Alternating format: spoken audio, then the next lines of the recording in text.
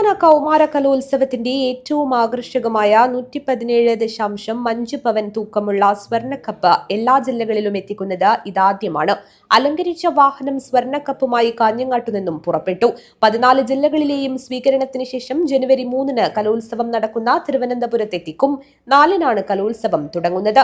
കഴിഞ്ഞ വർഷം കലാകിരീടം കണ്ണൂരിനായിരുന്നു. അതിനാൽ സ്വർണ്ണക്കപ്പ് സൂക്ഷിച്ചത് കണ്ണൂർ ട്രഷറിയിലാണ്. കണ്ണൂർ വിദ്യാഭ്യാസ ഉപഡയറക്ടർ ബാബു മഹേശ്വരി പ്രസാദിൽ നിന്ന് പൊതുവിദ്യാഭ്യാസ ജോയിന്റ് കമ്മീഷണർ ഡോക്ടർ ഗിരീഷ് ചോലയിൽ ഏറ്റുവാങ്ങി.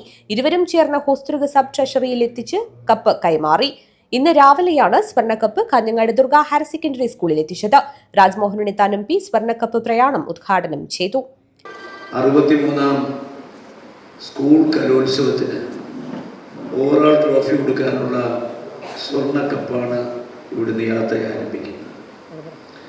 ഇത് ചരിത്രത്തിൽ ഒരിക്കലും കേട്ടുകേൾവിയില്ലാത്ത രീതിയിലാണ് ഇത്തവണ ഇത് ഓർഗനൈസ് ചെയ്തിരിക്കുന്നത്.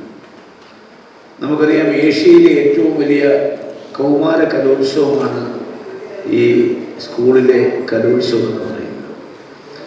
അത് 61-ാം കലോത്സവം എനിക്ക് നേരിട്ട് കാണാൻ കാസർഗോഡ് കഴിഞ്ഞു.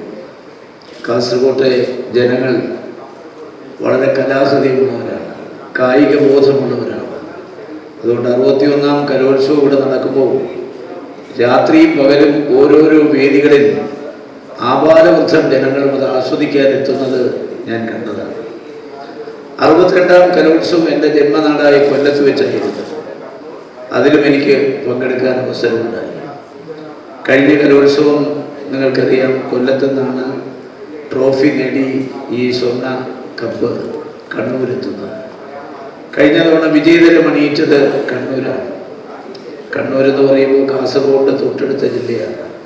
നഗരസഭാ ചെയർപേഴ്സൺ കെ വി സുജാത അധ്യക്ഷത വഹിച്ചു. പൊതുവിദ്യാഭ്യാസ ഉപഡയറക്ടർ ടി വി മധുസൂദനൻ ചടങ്ങിൽ സംബന്ധിച്ചു.